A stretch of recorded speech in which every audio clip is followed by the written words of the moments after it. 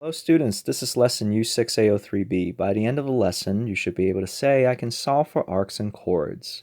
So let's take a look at the concepts that you will need in order to solve some of the questions that accompany this lesson.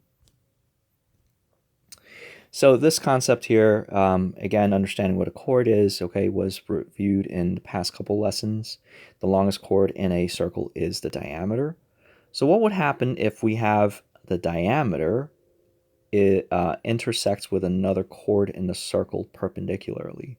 Well, what happens is if the diameter perpendicular to chords will bisect a chord and the arc. So what is meant by this is, okay, in a circle, let me just redraw this. In a circle, if we have a diameter and another chord, if this chord happens to be perpendicular, what will result is the chord will be bisected. Now this could be explained very, very quickly just with a little bit of logic, so this is not black magic, okay?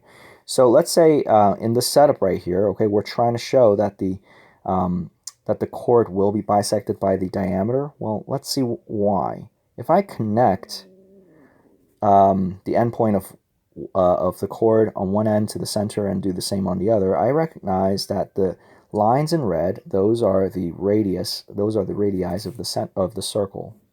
So can you recognize immediately that the two triangles that are formed as a result of this are going to be congruent based on hypotenuse leg?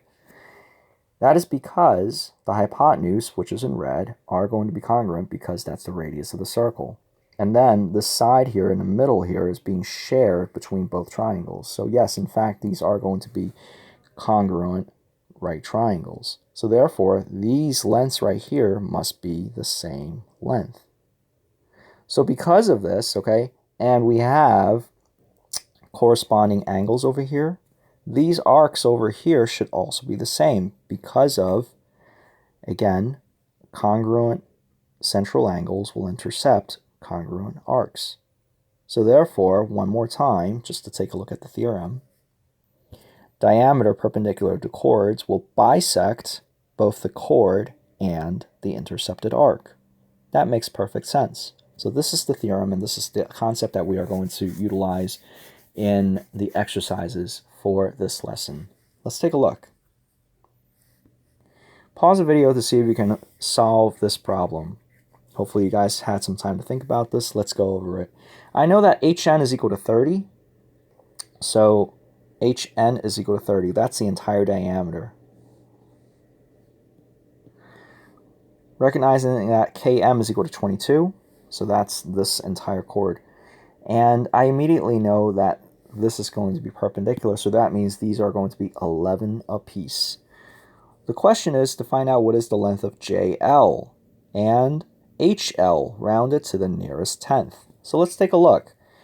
If I know the diameter is 30, then I know that the radius therefore must be 15. If the radius is 15, then I know that this length must also be 15. If that length is 15, then that means I can solve for what the length of JL would be, because what I have here is a right triangle. So I want to use Pythagorean theorem. Let's going to call this guy here x. So I know that x squared plus 11 squared will equal to 15 squared. So x squared plus 121 will equal to 225. And then subtract both sides by 121, I end up with x squared is equal to 4, or simply x is equal to 2. So x is equal to 2, so that means JL will equal to 2. If JL is equal to 2, I'm sorry, I made some math. This is what happens when you're talking to yourself.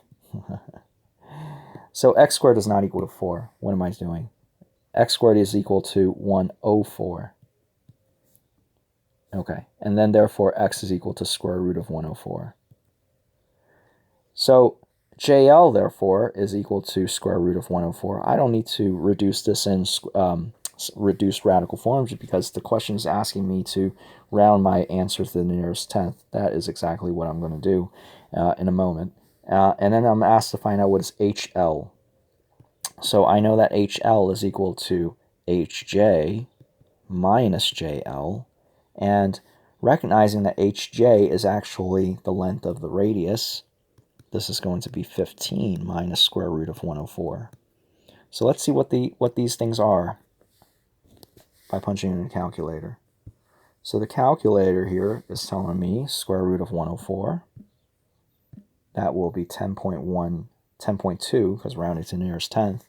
And then the other segment, 15 minus 10.2, will be 4.8. So I have 10.2 and 4.8.